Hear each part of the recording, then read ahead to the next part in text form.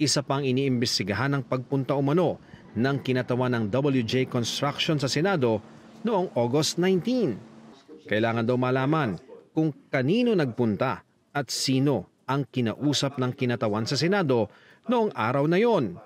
Sinisika pa naming makuha ang panig ng WJ Construction. As we speak, meron kaming video footage ng CCTV footage na dumalaw dito talaga yung WJ.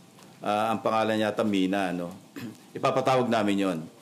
Kasi tatanungin namin, although may idea kami kung saan siya nagpunta rito, kaninong opisina ang dinalaw niya, pero ipapatawag namin para malaman natin kung kanino siya nagpunta, kaninong office at sino yung kinausap niya, para maliwanag whether or not staff ng Blue Ribbon yung pinuntahan o legislator yung pinuntahan, edi magpaliwanag yung kapwa senador.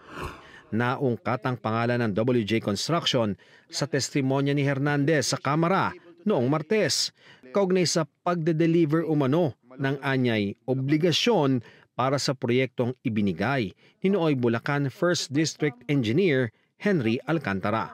This was way back 2022, the time when Beng Ramos was introduced to me by my boss, D. Alcantara. Who is Beng Ramos?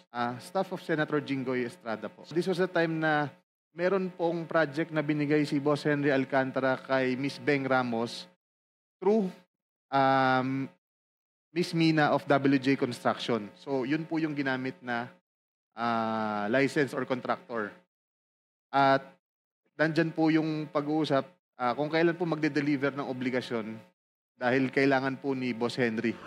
Sabi noon ni Estrada, wala siyang staff na Beng Ramos, pero meron daw itong kapangalang staff ng Senate Blue Ribbon Committee.